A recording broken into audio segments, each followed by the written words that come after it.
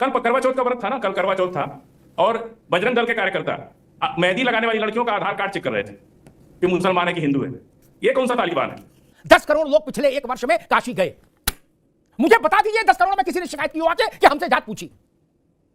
6.5 करोड़ लोग बांके बिहारी गए, ब्रज गए 1 साल में, 6.5 करोड़ लोग। बताइए हमको किसी सेवायत ने यह कहा हो कि जात बताओ। हिंदू देवी देवताओं के लिए अनर्गल प्रलाप किया। मैंने पूछा आम आदमी पार्टी के नेताओं से कि इसका 10% ड्रामा किसी दूसरे धर्म के लिए कर सकते हो? अरे बोले मोदी जी मरवाओगे आप क्या? नमस्कार दोस्तों, समाचार 2.0 की एक नए वीडियो में आप लोगों का स्वागत है। दोस्तों आज फिर अमिताभ अग्निहोत्री जी की एक नए डिबेट वीडियो लेकर आ गया हूँ। वीडियो अंत तक देखना, आपका बहुत आनंद मिलेगी। दोस्तों आज की डिबेट में फजील अहमद ने कहा आरएसएस आतंकवादी की तरह काम करते हैं। उन्होंने और भी कहा भारत में हिंदुओं, मुसलमान, सिख, ईसाई को ठीक से उनके त्यौहार पालन करने नहीं देती। उन्होंने और कहा गरबा पैंडल की गेट में आरएसएस की लोग सबके आईडी प्रूफ चेक रहे थे, इसमें उनकी बड़ी आपत्ति है। उनकी ये बात सुनकर अमिताभ जी ने जो कहा वो बात सुनकर आपका बहुत आनंद और ज्ञान मिलेगी। प्लीज वीडियो अंत तक देखना। चलिए शुरू करते हैं। आतंकी मानसिकता और तालिबानी मानसिकता से भारत ने जितना नुकसान उठाया है उतना शायद ही किसी देश ने उठाया होगा। शहर शहर, गली गली बवाल, पेट्रोल बम, छुरा बम, कर्फ्यू, विस्फोट, मार काट। नहीं तो अगर उस मानसिकता के दमन की बात हो रही है, उस मानसिकता को क्रश करने की बात हो रही है, तो उसमें ऐतराज क्यों हो भाई? किसी को, जो भी भारत का नागरिक है, उसकी वफादारी, उसकी प्रतिबद्धता, उसका प्यार तो भारत के साथ है। नहीं, भारत सुरक्षित रहे, समृद्ध रहे, आतंकी मानसिकता से मुक्त रहे, ये तो सबका कॉमन गोल होना चाहिए। बात तो सही है फजील अहमद साहब। देखिए अमिताभ जी, ये जो आसुर कहते हैं ना, ये लोग आज दलित आदिवासी लोग को आसुर लगता है। अभी मध्य प्रदेश में आदिवासी पर पेशाब कर दिए। और एक बात ये, मैं 3 बात तक का जवाब दूंगा आपके। एक बात इन्होंने कहा, हेमंत करकरे याद है ना आपको?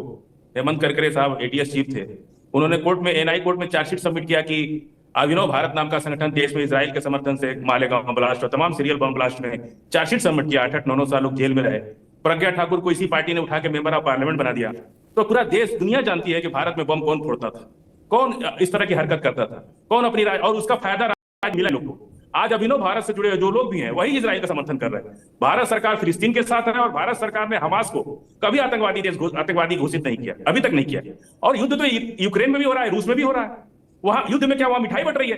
रबर एक बात। दूसरी बात ये लोग कह रहे हैं कल करवा चौथ का व्रत था ना, कल करवा चौथ था और बजरंग दल के कार्यकर्ता मेहंदी लगाने वाली लड़कियों का आधार कार्ड चेक कर रहे थे कि मुसलमान है कि हिंदू है। ये कौन सा तालिबान है? और हिंदू लड़कियों को मारते हैं जींस पहनने पर, किसी को पूजा पाठ नहीं करने देते हैं। क्रिसमस आ रहा है ना 25 दिसंबर को, आप देखिएगा कितना जुल्म होता है इस देश के अंदर। किसी को क्रिसमस मनाने नहीं दिया जाएगा। अरे किस आतंकवाद की बात करते हैं? क्या इस देश के अंदर मेहंदी, कोई हिंदू मुसलमान मेहंदी नहीं लगा सकते एक दूसरे को? कभी हुआ ऐसा? ये कहां से ये लोग आ गए? जब राम रहीम को सजा, जब राम रहीम को सुन लीजिए, राम रहीम को सजा हुई, 3 जिले का स्थिति खराब कर दिया बजरंग दल के लोगों ने। कहां से वो आतंकवादी आए? कौन जला दिया? 3 जिला तबाह कर दिया इन लोगों ने। वो कहां से आ गए? तेरा तो गेम बजाना पड़े। भारत में एक और भी बीमारी है।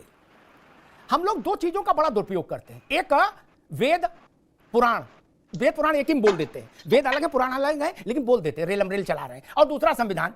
बोले इनने बिस्कुट क्यों खाया, संविधान से चलो। अरे संविधान में बिस्कुट खाने, डबल रोटी खाने के विवरण नहीं है मेरे भाई। संविधान पढ़ो तो। एक दूसरी बात, वेद में क्या लिखा है इसका अध्ययन छोड़िए, मतलब दूर से भी दर्शन नहीं किया होगा।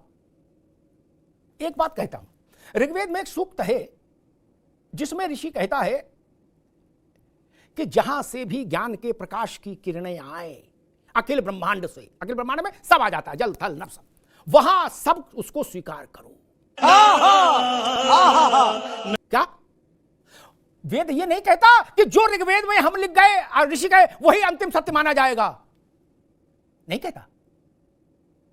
इनलाइटनमेंट के लिए, ज्ञान के लिए सदा दरवाजे खुले रखो, उसका भौतिक अर्थ यह है।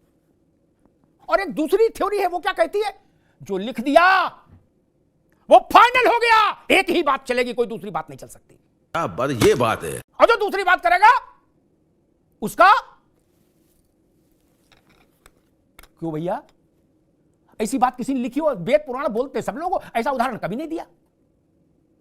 ज्ञानी सब हो, वेद हमने पढ़े, अरे भाई पढ़े तो बताते ना। और जो किताबें हैं वो मानती हैं कोई तर्जुमा, उनमें कोई संशोधन हो सकता है क्या? नहीं ना, क्यों नहीं हो सकता? इसीलिए कहता ये पक्षपात खराब है।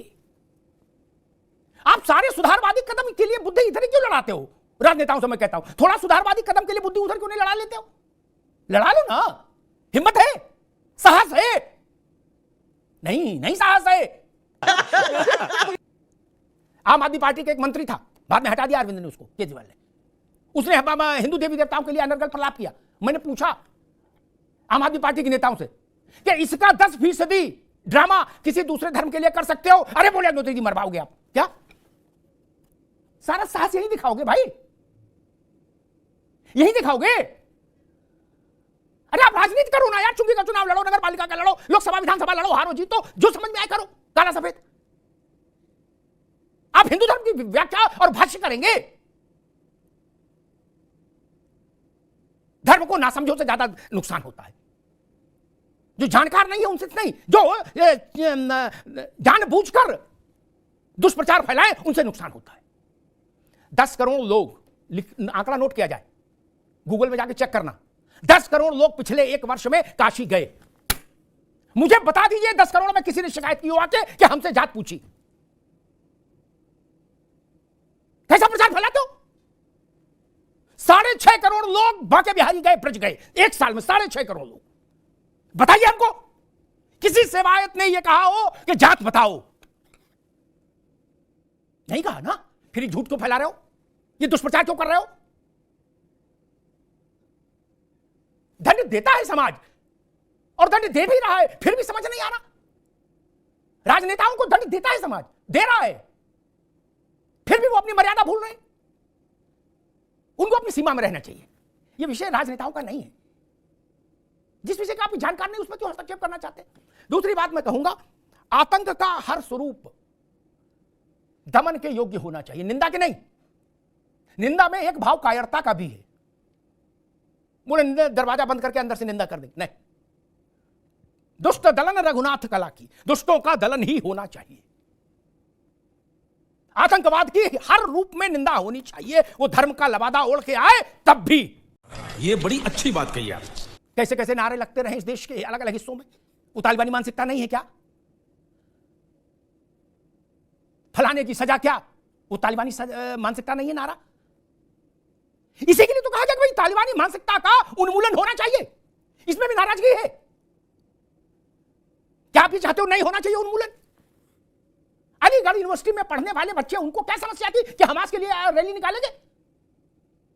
उनका क्या लेना देना हमास से? कोई रेड क्रॉस सोसाइटी के काम करने गए थे? नहीं ना। और फिर आप इशारों में उनके पक्ष में खड़े होंगे। और जो लोग संविधान की सबसे ज्यादा दुहाई देते हैं वही लोग अभी आज सरकार कानून बना दे। जब 3 ट्रिपल तलाक का कानून बन रहा था तो वो सबसे ज्यादा हल्ला मचा रहे थे। आज सरकार ये कॉमन सिविल कोड ले आए, संविधान का हिस्सा हो जाएगा वो। आप मान लेंगे सिर झुका के? बताइए, कल भारत की सरकार, हमारे वोट से चुनी हुई सरकार, जनसंख्या का कानून ले आए तो 2 ही बच्चे, संविधान में लिखा है, सिर झुका के मानेंगे? तब नहीं मानेंगे। और संविधान की दुहाई देने वालों को एक बात कह के मैं समाप्त कर दूंगा। रत्नाकर भाई को सोचना चाहिए, क्योंकि वो बहुत पुरानी पार्टी के नए नेता हैं।